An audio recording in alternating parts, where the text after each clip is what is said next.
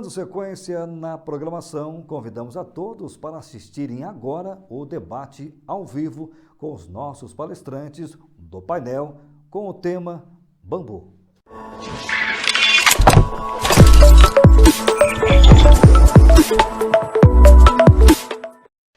Senhoras e senhores, muito boa tarde, sejam todos bem-vindos. Estamos ao vivo agora na cidade de Curitiba, no estúdio do grupo FRG Mídias Eventos. Agora são 15 horas e 22 minutos. Antes de continuar, temos algumas informações aos participantes que estão nos acompanhando nessa verdadeira maratona da informação e network. Já estamos no último dia do evento. Nesse ano, o CBio, Congresso Internacional de Biomassa, e a 5ª Expo Biomassa, o maior e mais tradicional evento do setor de biomassa da América Latina, está sendo realizada 100% de forma virtual.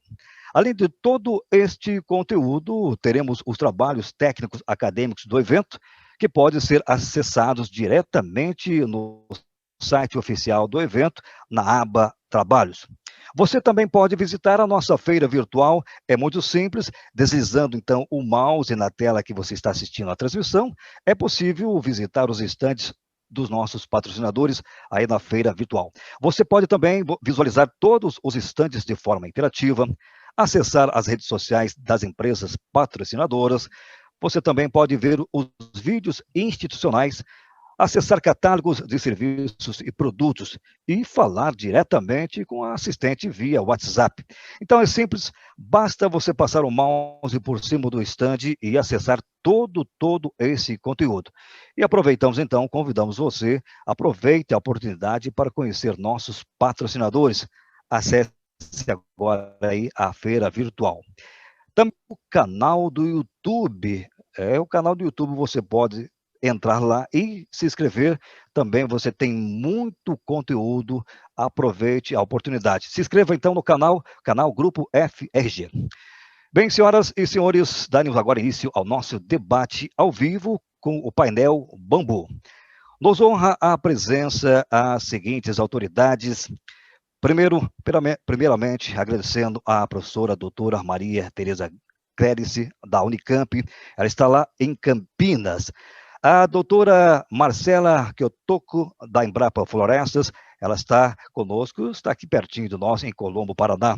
Também nos honra com a presença o professor doutor Rogério Almeida, da Universidade Federal de Goiás, hoje está lá em Goiânia. Muito obrigado, professor, pela presença. A doutora Rimênia Londônio, da Sociedade Colombiana do Bambu. A doutora Rimênia está na Colômbia, só que nesse momento está em Talma, no Peru. Seja bem-vinda, doutora Rimênia. Também nos honra com a presença o senhor Felipe Braga Farhat, ele que é da SEDES, também hoje está com a Justo, bem pertinho aqui em Curitiba. E também o nosso moderador, é um prazer também receber o Bruno César Fadi, ele que é da Aura Bambu. Bem, o nosso moderador, ele é arquiteto e urbanista, especialista em curso de treinamento de bambu para países em desenvolvimento pela CBR na China. Também é articulador da cadeia produtiva do bambu e de políticas públicas do Paraná. O nosso convidado, o moderador, vai aguardar início, então, com as considerações iniciais. Bruno, seja bem-vindo. A palavra é sua. Obrigado, Noel. Obrigado a todos. Obrigado pela presença. Agradeço, em primeiro momento, ao Grupo FRG, nas pessoas do Tiago Fraga, da Grace Lise, do Regis, pela oportunidade de, mais uma vez, incluírem o tema bambu dentro do Congresso de Biomassa e pelo convite de, novamente, poder coordenar esse painel. Assim como na edição do ano passado, em Curitiba, presencial, hoje também tivemos a oportunidade de presenciar algumas das diversas aplicações desta matéria-prima espetacular, não só em processos industriais, mas também em programas socioambientais. Muitas empresas possuem projetos ambientais e sociais como uma maneira de reduzir o impacto no meio ambiente e nas comunidades próximas às suas indústrias, né? Temos diversos tipos de projetos, como recomposição de vegetação, apoio ao empreendedorismo, apoio ao desenvolvimento de agricultura orgânica, incentivo ao comércio direto, produtor, mercado consumidor. Então, só com esta pequena lista já é possível imaginar a vasta oportunidade de inserir o bambu como elemento de transformação nas comunidades rurais e, por consequência, em todo o segundo setor industrial. O que nós vimos nessas palestras hoje, e é importante ressaltar, é que o bambu pode ser usado não só para obtenção de biomassa, que é o foco do Congresso, mas principalmente como diversificação de negócios para o setor industrial, inclusive para as próprias empresas que demandam biomassa. Então, este é o cenário que nós, recorrente, estamos apresentando, ano passado, este ano. Por fim, eu quero agradecer aos palestrantes que se dedicaram, fazer um especial agradecimento à doutora Jimena Lodonho, um especial agradecimento ao professor Antônio Ludovico Beraldo, que foi convidado para este momento, mas não pôde comparecer, não pôde ser parte do hall dos palestrantes. E então, agora, partindo para as perguntas, temos algumas perguntas. A primeira é direcionada para a doutora Jimena Lodonho. Doutora Jimena, da Sociedade Colombiana do Bambu. Por gentileza, doutora Jimena, aqui os brasileiros gostariam de saber da senhora, presidente da Sociedade Colombiana do Bambu, quais seriam as sugestões para a implantação de uma cadeia produtiva do bambu sólida no Brasil? Para la plantación de macadeira, no entendí esa frase. Qué pena, muy buenos días para todos. ¿Me puedes repetir la pregunta, porfa?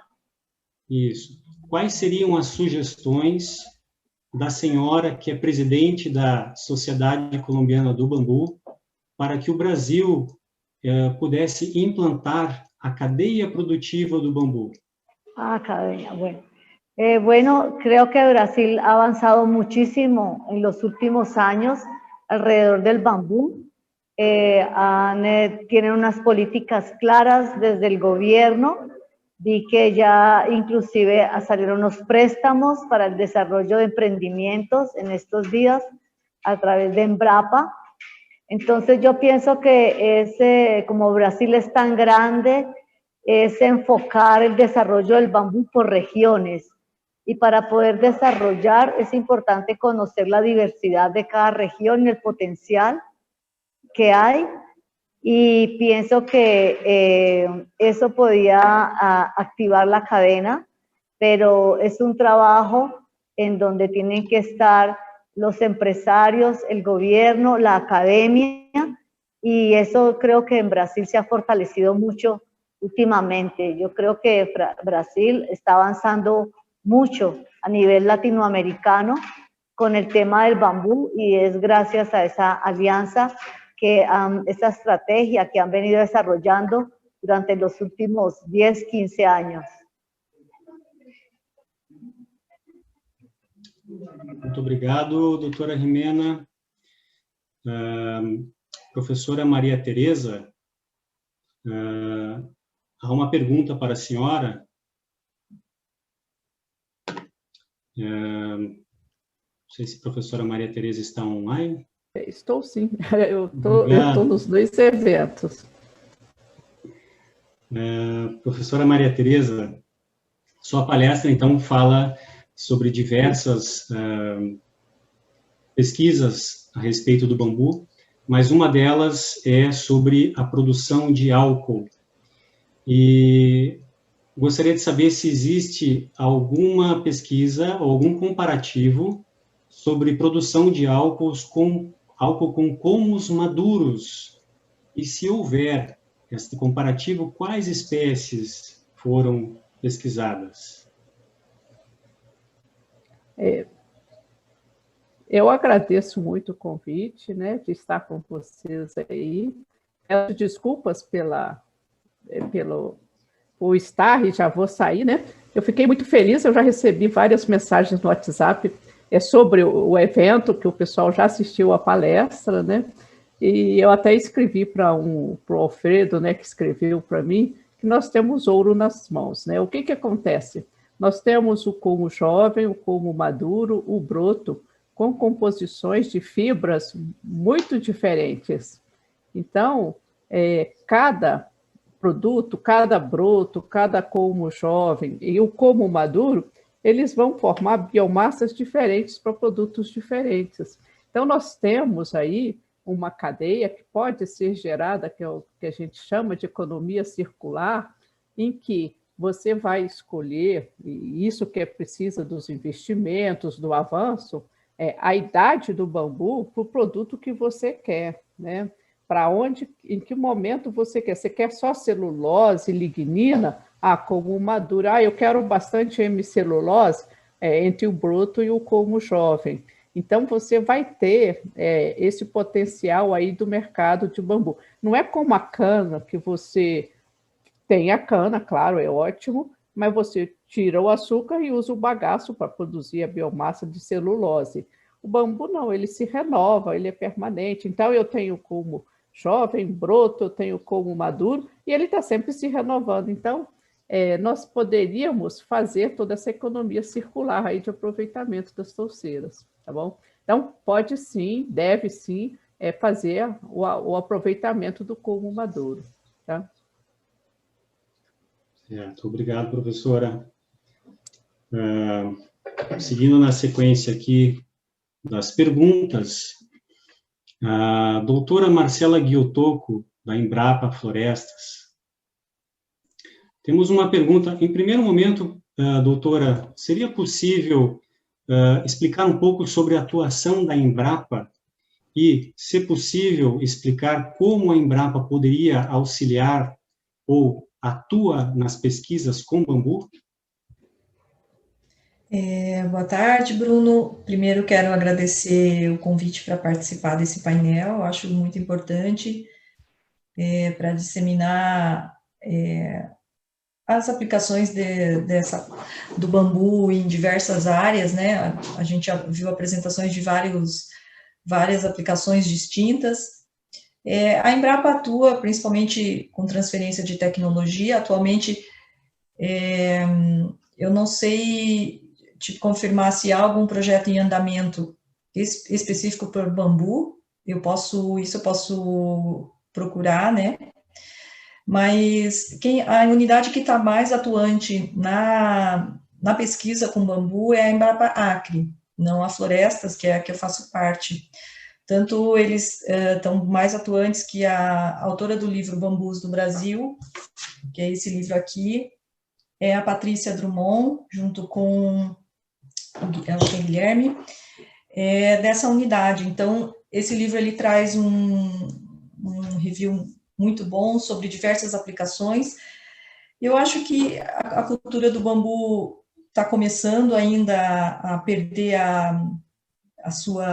seu estigma de invasor, né, e começando a ser usado para outras aplicações. A Embrapa já reconheceu isso, né? Eu acho que cada vez mais teremos investimentos em projetos para esse tipo de pesquisa.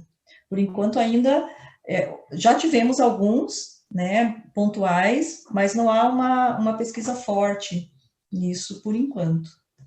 Mas essa parte dos projetos eu posso verificar para você. Mas estamos abertos a questionamentos e dúvidas sobre o que está sendo feito, né, atualmente. Nossa unidade trabalha agora com a pesquisa com biochar, que foi o tema da minha palestra, principalmente de espécies nativas, não muito das exóticas. Perfeito, muito obrigado. Bem, agora, de fato, a pergunta, né? Por que não podemos utilizar o carvão comum como biochar, ou seja, na aplicação no solo?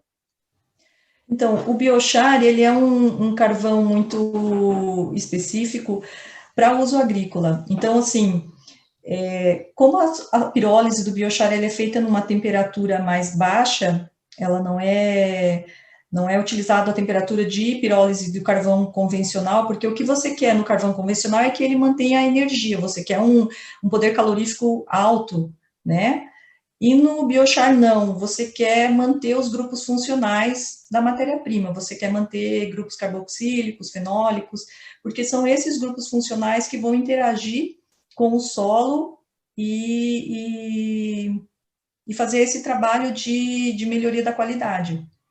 Então, é muito complicado trabalhar com biochar porque se confunde bastante com o carvão convencional, mas a temperatura de pirólise dele, embora o processo seja muito parecido, é praticamente igual, mas a temperatura, ela é muito importante para a qualidade do biochar e para a sua aplicação, né? Então, não dá para aplicar um carvão que foi pirolizado a 700, a 600, 700 graus, que você vai ter um carvão altamente aromatizado, um carvão muito mais recalcitrante, assim, ele não vai ter esse poder funcional que o biochar tem. Perfeito, perfeito. E mais uma pergunta, há alguma pesquisa sobre biochar com bambus lenhosos de porte gigante, levando em consideração que a maioria das plantações no Brasil é vislumbrada para ser usada madeira, né? O produto final seria madeira, ou seja, as espécies plantadas são bambus gigantes? Para a área de biochar, você diz, na pesquisa com bambus gigantes? Então, eu trouxe... não tem, que eu tenha conhecimento, né? A pesquisa em biochar com bambu, ela está engatinhando, assim, ela começou não faz muito tempo.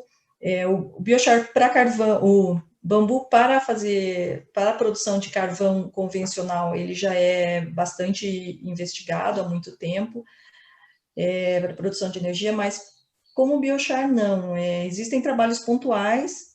O trabalho da nossa unidade aqui começou com a pesquisadora que já trabalhava com biochar, mas não especificamente com bambu, né, a doutora Cláudia, que você conheceu também no outro CBio, e a gente começou a investigar o potencial dessas espécies, principalmente as nativas, como eu tinha comentado.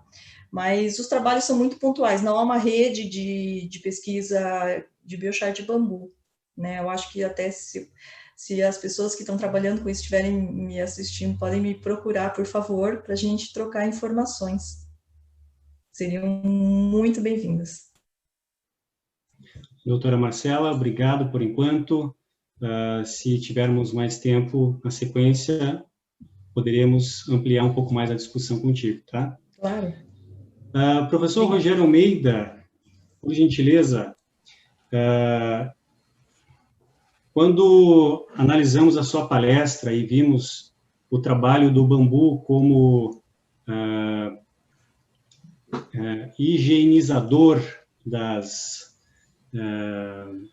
dos fluxos de água, enfim, né, zona de raízes, nós temos aqui no Paraná, na Companhia de Saneamento do Paraná, chamada Sanepar, um trabalho já em algumas unidades de tratamento de esgoto, que são as cortinas verdes, que são grandes massas florestais que são plantadas ao redor das estações de tratamento para o desvio dos ventos e, com isso, evitar o mau cheiro que é proveniente do tratamento das estações de tratamento. Haveria alguma forma de consorciar os seus estudos com estes bambus já plantados nesta forma cortina de ventos, ou seja, ao redor das estações de tratamento? Ei, Bruno, primeiro agradecer aí pelo convite, né, por participar deste evento, parabenizar por ter um evento sobre bambu dentro do CBio, acho que isso é extremamente importante, né, e os trabalhos apresentados hoje aqui mostram isso. E respondendo à sua pergunta, veja que a nossa proposta é pegar o efluente tratado nas estações e aplicar numa área vegetada com bambu, numa taxa de aplicação menor ou igual à capacidade de evapotranspiração das plantas, ou seja, tudo aquilo que nós aplicarmos será absorvido pelos bambus e vai ser transpirado em forma de vapor de água para a atmosfera. Então, praticamente vai sumir o esgoto, e aí nós teremos 100% de eficiência de tratamento, ou seja, não há mais a contaminação dos cursos d'água, ok? Quando você fala das cortinas, a gente observa aqui, principalmente na nossa região, nós temos o período chuvoso e período seco. E principalmente no período seco, as plantas, né, o bambu também, no caso, elas acabam perdendo folhas. E aí eles perdem também a eficiência como na sua utilização como cortina. Então, com certeza, se nós aplicarmos esse efluente tratado nessa cortina de bambus, nós teremos uma absorção desse líquido, né? A parte orgânica é absorvida na forma de nutrientes, mas o líquido, em forma de água, vai manter essa cortina sempre verde. Então, ela vai estar sempre ativa, né? Sempre cumprindo com a sua função de cortina, de barreira, protegendo, evitando a propagação desse mau cheiro do sistema de tratamento. E, ao mesmo tempo, está diminuindo o volume de efluente que vai ser descartado ou disposto no curso d'água. Então, é sim uma opção. Professor Rogério, muito obrigado. E, para finalizar, existe alguma, além de experimentos, né, existe algum sistema implementado a nível, então, da Companhia de Saneamento em Goiás, com estas suas pesquisas? Ainda não temos. Nós temos um projeto piloto que está sendo implantado no município de Abadia de Goiás, é uma cidade aqui próxima, vizinho, faz parte da Grande Goiânia, e por conta da pandemia a gente não conseguiu efetuar o plantio. Então nós suspendemos as atividades.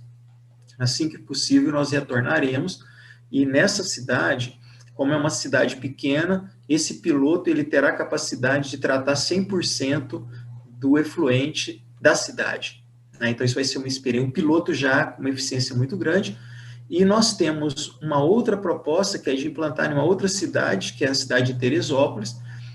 Teresópolis tem uma situação interessante, porque o esgoto dessa cidade, após tratado, ele é disposto no lago, né, do lago do reservatório do João Leite, que é o reservatório que abastece grande parte da Grande Goiânia hoje.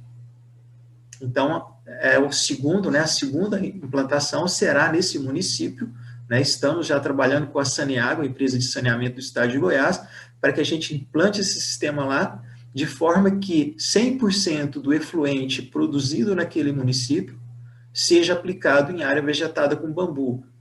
Porque como se trata de um lago, é um ambiente lêntico, a autodepuração é menor. Então, é água de consumo humano. Então, nós gostaríamos que nada fosse aplicado ou disposto nesse lago. Então, essa seria a segunda. Então, nós não temos ainda hoje implantado, mas temos essas duas estações, né, programadas. Eu creio que até o meado do ano que vem a gente consiga fazer essa implantação.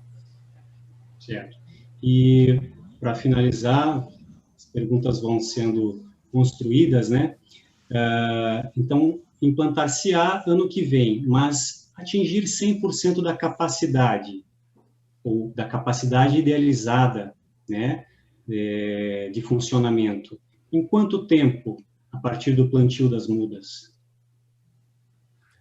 Olha, uma vez implantado, nós utilizamos mudas de pequeno porte. Então, imagina assim, muda com 1 metro de altura. Mas, pelos resultados das nossas pesquisas, o desenvolvimento dessas plantas é extraordinário. Nós temos temperatura, luminosidade, água e nutrientes à vontade para essa planta. Então, ela cresce muito rápido. Então, ela vai crescer, em 1 ano, ela vai crescer aquilo que normalmente levaria 3 anos.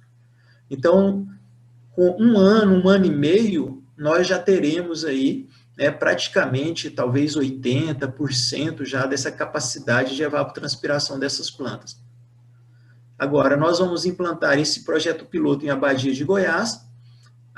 Quase todos, né, os municípios goianos são atendidos pela Saneago, quer dizer, poucos municípios têm um sistema municipal de saneamento, então a maioria deles, os sistemas são operados pela Saneago, e nós esperamos que a partir dessa experiência nesses 2 municípios, que a gente possa aumentar essas estações e levar para todas as estações de tratamento operadas pela Saneago. Claro que as áreas das estações, elas são restritas, elas são pequenas, elas não conseguiriam absorver todo o líquido produzido na forma do esgoto tratado. Aí nós esperamos fazer parcerias com a iniciativa privada, ou seja, com os produtores rurais ali da região, para que esse líquido seja aproveitado por esses produtores no cultivo do bambu e transformando o esgoto em biomassa. Muito obrigado, professor Rogério Almeida.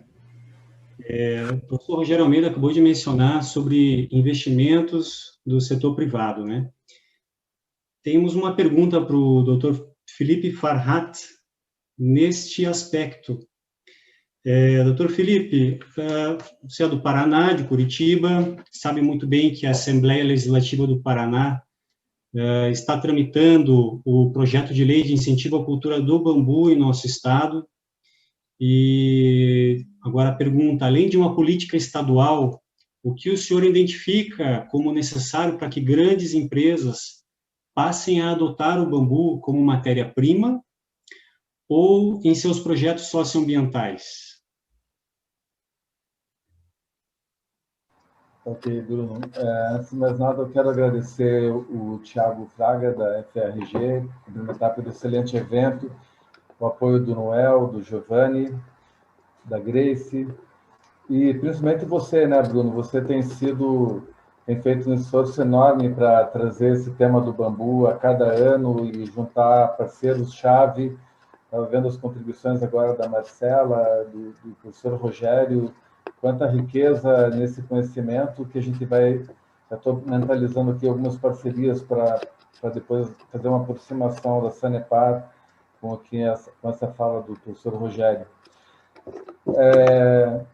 Em relação à importância do legislativo, claro, o governo do Estado, como eu falei na minha conversa, através da Invest Paraná, tem muito interesse de receber empresas da área da biomassa para se instalar no Paraná e procurar fazer com que elas se encaixem realmente no que a gente pode chamar de cadeia produtiva do bambu, né?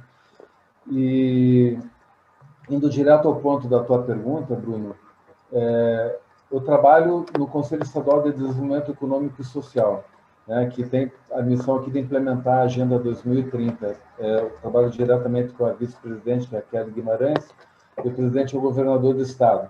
Esse conselho trabalha, professor Rogério, em quádrupla hélice, então, o próprio governo, o setor privado, né, as empresas em quem a gente se dirigiu, e aí a academia, envolvendo institutos como a Embrapa e toda a academia, de uma maneira geral, e a sociedade. Então, nesse sentido, Bruno, nós organizamos, no ano passado, com o Guilherme Gaio, que inclusive mandou, Jimena, um grande saludo para você, o Guilherme Gaio, que trabalha que é o arquiteto aqui da Ecoaldeia Taquara Rendá. Ele soube que você está nesse painel, pediu para lhe cumprimentar, mandar saludos. E fizemos numa aldeia indígena, Bruno, uma bioconstrução. E daí com bambu. O Guilherme, no sistema de Learn by Doing, que é o forte dele, de sentar com a comunidade indígena, fazer o desenho que eles pretendiam e ensinar, trocar ideias respeitando o que eles queriam, e depois ensinar, lidar, recuperar a cultura indígena com o bambu, e finalmente, no final do curso de Aprender Fazendo, no caso ali da terra indígena de Rio das Cobras, era um museu Caingangue que eles queriam fazer. Aí eu dei uma contornada na conversa para dizer o seguinte: a gente teve uma conversa com o órgão do Estado responsável por construções e perguntamos se a gente não poderia introduzir o elemento bambu em todos os projetos de construções sociais, por exemplo, para indígenas, para quilombolas e tal. E eles nos responderam de maneira muito técnica, dizendo que desde que respondêssemos questões tal, que somente a academia e somente uma Embrapa poderiam nos ajudar a fazer com que, aí sim, indo direto ao ponto da tua pergunta, o legislativo apoiado de academia, de institutos da empresa brasileira de agropecuária com a Embrapa, possam realmente ajudar com que leis sejam permitidas que o bambu entre como um elemento para bioconstrução, para carvão, para biochar, para tudo que a gente tem falado, porque todos esses setores exigem uma regulamentação, não é? Então, é fundamental essa aproximação da academia, dos institutos de pesquisa com o governo, com as empresas, para que legislações aconteçam, sejam escritas, normatizando esse assunto. Então, Bruno, com certeza, o apoio do Legislativo, fui chamado pelo deputado Goura para uma audiência pública sobre bambu aqui no Paraná. É importante ter o Legislativo olhando para essa planta que, na Ásia, representa milhões no mercado, e aqui a gente ainda está muito engatinhando, né?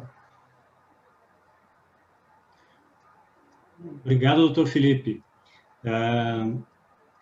Dando sequência aqui à sua pergunta, é importante lembrarmos da palestra da professora Maria Tereza, que mencionou um ganho, um presente, uma conquista, que foi a parceria com a Cargill, em um de seus projetos. A Cargill financiando a academia e obtendo como resultado produtos, né? Informações técnicas para colocar no mercado novos produtos ou melhorar processos. Então, é um investimento que é extremamente necessário. Ela mencionou, inclusive, números, a dificuldade em fazer determinadas análises em função dos custos dos reagentes e do material, dos laboratórios de alta tecnologia e de grande valor para poder processá-los, né? Então, eu agora, tendo 3 professores de academia, 2 professores da academia, uma pesquisadora da Embrapa, presidente da Sociedade Colombiana e o representante do governo do Estado, nesta linha investimentos, o que é que vocês poderiam tecer como último comentário a respeito do que seria necessário nas suas áreas de atuação? Quais seriam os investimentos ou as parcerias ideais para que tratamento de efluentes, para que biochar, para que, como a professora Jimena mencionou, construções sociais, como a professora Maria Tereza mencionou, pesquisas ligadas à fibra possam acontecer no nosso país? Vocês teriam algo a comentar sobre isso? A palavra está aberta para quem quiser se manifestar. Posso fazer um comentário? Gentileza. Então, existem algumas linhas de financiamento específicas, né? Houve 2 editais aqui do CNPq no Brasil.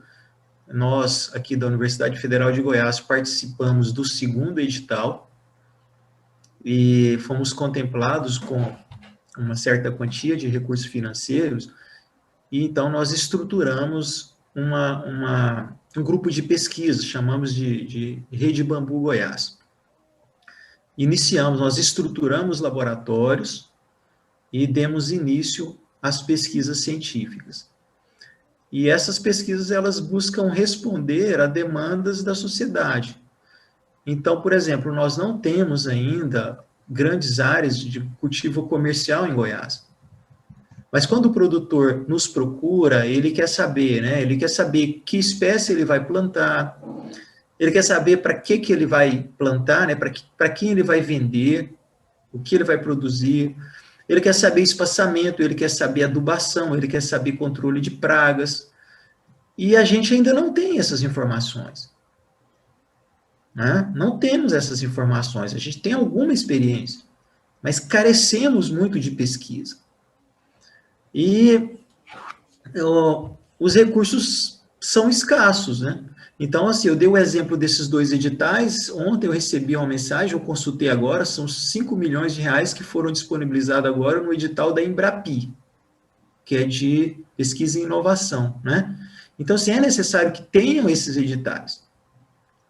No caso específico do saneamento, eu vejo que as empresas de saneamento poderiam arcar com esse investimento, apoiando as nossas pesquisas, porque eles têm recurso para isso, para eles isso não é nada, né? E o ganho é muito grande, é o ganho ambiental, é o ganho social, é o ganho econômico financeiro. A gente está falando de pegar um esgoto tratado e deixar de aplicar isso no curso d'água, deixa de poluir o curso d'água. Mas, por outro lado, nós estamos falando em uma grande produção de biomassa. E se eu, né, numa cidade, se eu crio uma associação de pessoas que vão ter a responsabilidade de cuidar desse bambu e vão ficar com a matéria-prima para desenvolver, por exemplo, artesanato, móveis, construção civil. Então, eu tenho agora um bambu social, complementando o bambu ambiental. Então, é investimento que tem retorno. A gente não está criando muitas coisas. Isso já existe no mundo. Construção com bambu, há quantos milhares de anos se constrói com bambu em Colômbia, Equador, aqui do lado? Embora não seja a nossa experiência, dos nossos indígenas não tinham esse hábito, mas usavam para outras coisas. Mas a gente tem a experiência da China, do Japão, da Ásia todinha, e tem dos nossos países vizinhos. Quando o Felipe fala dessa questão da construção, bom, nós temos agora 2 normas de construção com bambu, normas brasileiras da ABNT. Então, já temos as normas. Agora é fazer uso. Lembrando que os países vizinhos já têm só mais tempo, né? Então, acho que é isso. Assim, as instituições de fomento, né, elas deveriam realmente ter editais específicos para apoiar as pesquisas com bambu, entendendo que o bambu, né, ele tem um grande papel a desempenhar aqui na economia brasileira, certo? Agora, também a iniciativa privada e também as empresas de saneamento, empresas de energia, não é? Então, assim, as grandes empresas estão descobrindo isso, só que carece de investimento na pesquisa para que esse investimento seja feito de forma correta. Se um produtor quer plantar bambu e ele não sabe qual espaçamento, não sabe qual adubação, quer dizer, é um tiro no escuro. Então, assim, a pesquisa precisa se antecipar, então nós precisamos de investimento em pesquisa para que a gente tenha depois como orientar de forma segura o desenvolvimento no campo. E se eu não tenho bambu plantado, eu não tenho a cadeia produtiva estabelecida. Porque é aquele ciclo vicioso, não planta bambu porque não tem para quem vender. Mas a indústria que poderia absorver esse bambu, ela não se instala também porque não tem a matéria-prima. Entendeu? Então a coisa não anda. Então nós precisamos plantar bambu. Para que tendo bambu as indústrias venham. Agora eu só vou poder plantar bambu se eu tiver a tecnologia disponível, eu tenho que ter a ciência por trás. Então nós precisamos desse investimento. E aí, assim, também iniciativa privada. Com certeza, a gente tem um exemplo aqui em Goiás, nós temos a RIDESA, que é uma rede de pesquisa na cultura da cana-de-açúcar, em que as usinas se unem e financiam o desenvolvimento tecnológico para a cana, para eles mesmos utilizarem. Entende? Então, eu penso que isso pode acontecer também para o bambu. Aqueles interessados, os grupos que trabalham com celulose estão financiando pesquisas, né, nessa área em Minas Gerais. Entende? Então, assim, os grupos ligados à questão da energia poderiam fazer a mesma coisa. Com pouco recurso que a gente tem feito muito. Então, se tivesse mais investimento, com certeza nós teríamos mais respostas. e a cultura poderia se implantar de uma forma mais rápida. Não precisaríamos esperar décadas, né, para que se tenha a cultura do bambu como uma cultura no país. Perfeito. Rogério Almeida. Nós temos um minutinho para as considerações finais, por favor, tá? Obrigado. Perfeito, Noel, muito obrigado. Infelizmente, nós ultrapassamos o nosso tempo já. Não vou poder estender esta resposta aos demais participantes, mas eu agradeço muito as considerações do professor Dr. Rogério, que, na verdade, é um apelo, né? Sentir um tom de apelo, e este apelo nós todos, que somos pesquisadores, produtores, como é o meu caso, nós fazemos, né? Precisamos, então, deixar essa conversa calorosa. Eu agradeço muito a todos vocês, doutor Felipe, doutora Marcela, doutora Rimena Lodonho, doutor Rogério Almeida, doutora Maria Tereza, muito obrigado. Só agora, para finalizar, deixar os últimos comentários, né? Eu preciso, Noel, tua gentileza de mais um minutinho, dizer o seguinte, a respeito do valor da economia do bambu no mundo. Pesquisando no site do INBAR, que é o Instituto do Bambu e Ratã, é uma entidade internacional, existe uma estimativa de que a economia do bambu no mundo está girando em torno de 60 bilhões de dólares ao ano. Só a China corresponde com 32 bilhões de dólares ao ano, e o comércio internacional, 2 bilhões e 500 milhões de dólares ao ano. Onde está o Brasil neste cenário? Nós somos incipientes. Há muito que se pesquisar. As academias e os centros de pesquisa estão dispostos a contribuir para o desenvolvimento de produtos. Formamos uma rede de pesquisadores, produtores, transformadores de bambu, que podem assessorar as empresas que tiverem intenção de estabelecer negócios com bambu. Precisamos de financiamento. Estamos organizados em associações estaduais, temos uma associação nacional, Bambu BR, que representa os interesses dos produtores, transformadores, pesquisadores. Estamos dispostos a colaborar com o segundo setor. Então, eu deixo aqui um convite para que as empresas que nos ouvem hoje e que consigam, além da biomassa, identificar possibilidades de uso do bambu nos seus processos, nos procurem. Nossos contatos estão disponíveis. E, mais uma vez, obrigado a todos vocês. Obrigado ao Grupo FRG. Noel Constantino, muito grato. Devolvo a palavra para você agora. Perfeito. Bruno, muito obrigado por moderar esse painel. Também os nossos agradecimentos à doutora Maria Tereza, que precisou se ausentar devido a alguns compromissos. Então, a vocês, autoridades que estiveram conosco no painel Bambu, muito obrigado em nome da comissão organizadora. Com certeza, nós nos veremos em outros momentos. Muito obrigado aos senhores. Bruno, novamente, o seu carinho, tá, por moderar esse evento a nós. Só lembrando a todos que nós tivemos pessoas conectadas no Brasil, também tivemos pessoas em várias partes do mundo, incluindo o Canadá conosco, Portugal, Argentina, Estados Unidos da América, Colômbia, Chile, Espanha. E agradecemos a todos os internautas. Lembrando que o CIBio, o Congresso Internacional de Biomassa, e a 5ª Expo Biomassa, o maior e mais tradicional evento do setor de biomassa da América Latina, realizado 100% de forma virtual, abordam os principais temas do setor, como tendências, novas tecnologias, a promoção de produtos e também equipamentos e tecnologias, reunindo toda a cadeia produtiva do setor de biomassa na América Latina. Lembrando também que você que participou conosco, muito obrigado. Ainda daqui a pouquinho nós temos mais um painel, você também poderá fazer perguntas. Muito obrigado, é só você entrar lá na hashtag Twitter, hashtag Dúvidas Cibio, deixe o seu nome e também a cidade. Novamente, nós temos aí então o nosso stand. Por favor, fique à vontade para conhecer todos os nossos patrocinadores. Novamente aos senhores, o nosso carinho, muito obrigado a vocês, e assim então nós encerramos. Nós teremos agora um intervalo de 10 minutos, e assim nós, daqui a pouquinho, daremos sequência na programação, teremos o Beat Meeting, que é o tema potencial de biogás e geração de energia com resíduos sólidos. A vocês, Muito obrigado e até um próximo evento. Tudo de bom para vocês e aproveitando já um excelente final de semana. Um abraço a todos.